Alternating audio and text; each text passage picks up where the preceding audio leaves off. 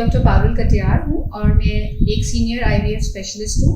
Currently मैं 8 fertility clinics new Delhi में कार्यरत हूँ और आज हम बात करेंगे फीमेल रिप्रोडक्टिव ऑर्गन्स के बारे में।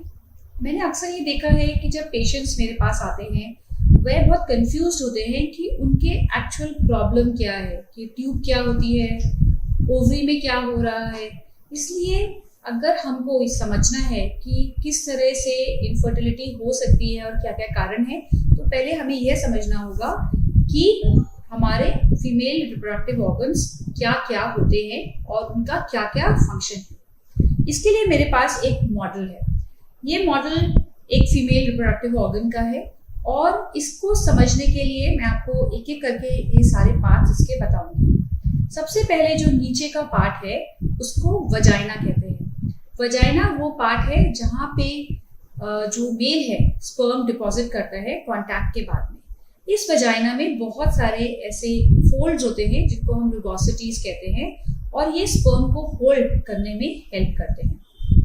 वजाइना में ओपन होता है ये यूट्रस या गर्भ या गर्भाशय, जो भी हम इसको कहें, ये वह पार्ट है जिसमें कि बच्चा ग्रो करता है। जब एक बारी मतलब इम्प्लांट होने के बाद में यह बच्चा 9 महीने इसमें ग्रो करता है और इसका जो लोअर मोस्ट पार्ट होता है उसको हम सर्विक्स कहते हैं और बाकी पार्ट को हम बॉडी कहते हैं।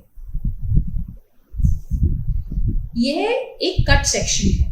यूट्रस जो होता है वो हर तरफ से बस मसल से बना होता है और इसका अगर नॉर्मल सेक्शन देखें तो ये ऐसा दिखता है। इसको पियर शेप्ड भी कहते हैं और कट सेक्शन से हमें दिखता है कि अंदर क्या क्या होता है। यूट्रस का जो मार्जिन्स है, क्योंकि ये मसल से बने होते हैं, तो ये एक थिक सेट ऑफ मसल्स होते हैं जो पूरा यूट्रस का स्ट्रक्चर बनाते हैं और उसके अंदर एक स्पेस होती है जिसको एंडोमेट्रियल कैविटी कहते हैं। मसल और एंडोमेट्रियल कैविटी के बगल में या बीच में एक लाइनिंग होती है जो कि हार्मोन्स के इन्फ्लुएंस में हर महीने बनती है और अगर प्रेगनेंसी नहीं होती है तो वो शेड हो जाती है मेंस्ट्रुएशन या पीरियड्स के फॉर्म में। यूट्रस से दोनों एंड्स पे 2 छोटे छोटे होल्स होते हैं जिनको ऑस्टिया कहा जाता है और ये ऑस्टिया एक्चुअली ओपनिंग होते हैं फेलोपियन ट्यूब्स की। फेलोपियन ट्यूब्स होते हैं जो कि दोनों तरफ यूट्रस के प्रेजेंट होते हैं और ये एक बहुत ही इम्पोर्टेंट ऑर्गन के पास में होते हैं जिसको हम ओवरी कहते हैं या अंडाशय कहते हैं। ओवरी वो जगह है या ऑर्गन है जहाँ पे सारे अंडे होते हैं और ये अंडे जो होते हैं हमेशा बाय बर्थ इस ओवरी में प्रेजेंट होते हैं और ये अंडे छोटे छोटे बैग्स के अंदर प्रेजेंट होते हैं ओवरी के अंदर। जैसे जैसे हॉर्मोन्स इन्फ्लुएंस करते हैं वैसे वैसे ये बैग्स जो है ये ग्रो करते हैं। हर महीने एक बैग जिसको फॉलिकल कहते हैं वो ग्रो करता है और उसके अंदर एक अंडा होता है। जब ये बैग एक बड़े साइज का हो जाता है अराउंड 2 सेंटीमीटर का, तब यह बैग हॉर्मोन्स के इन्फ्लुएंस में रप्चर हो जाता है और उसके अंदर प्रेजेंट एग जो है वो उसमें से रिलीज होता है। जैसे ही यह एग रिलीज होता है वैसे ही जो फेलोपियन ट्यूब्स है उनको इस एग को ग्रास्प करना होता है। इसलिए जो फेलोपियन ट्यूब का ओवरी की तरफ का एंड होता है ये इसमें बहुत सारे पंजे जैसे फिम्ब्रिये होते हैं जिसका काम होता है कि जैसे ही एग आए वो उसको ग्रास्प कर ले और जब ये ग्रास्प करते हैं तो उसके बाद में ये अंडा ट्यूब में आ जाता है।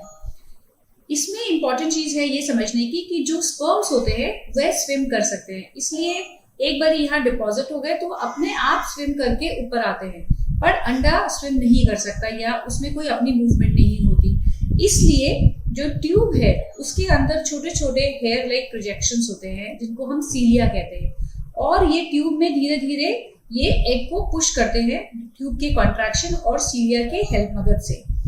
जब स्पर्म्स यहाँ आते हैं तो वे स्विम करके ऑस्टिया के थ्रू ट्यूब में पहुंच जाते हैं और उसके बाद में अगर ये यहाँ पे एग से मिलते हैं, मतलब ट्यूब और में ही एग और स्पर्म का फ्यूजन होता है जो कि फर्टिलाइजेशन कहलाता है और उसके बाद में जो ट्यूब है धीरे धीरे इसको पुश करके यूट्रस के अंदर एक तरह से थ्रो कर देती है या पहुंचा देती है।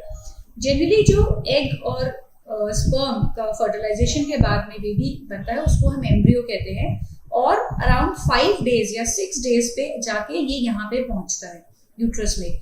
और यूट्रस में पहुंचने के बाद में ये जो लाइनिंग है ये बेसिकली प्रिपेयर्ड होती है इस बेबी को रिसीव करने के लिए, और जैसे ही एम्ब्रियो वहां पहुंचता है वो उसको जो अगर राइट सिग्नल्स मिलते हैं तो एम्ब्रियो की जो आउटर कवरिंग होती है वो इस लाइनिंग के अंदर जो है उसको बरो उसके अंदर घुस जाती है या बरो करती है, क्योंकि एम्ब्रियो अपनी कोई फूड नहीं बना सकता। इसलिए जब वो बरो करता है तो उसको माँ के जो वेसल्स है या ब्लड फ्लो है उससे न्यूट्रिशन मिलने लग जाता है, और ग्रेजुअली वो अपने लिए एक प्लेसेंटा बनाता है जो कि इस सारे ब्लड सप्लाई से बच्चे के लिए न्यूट्रिशन ड्रॉ करता है, और अल्टीमेटली बेबी यहाँ पे ग्रो करने लग जाता है।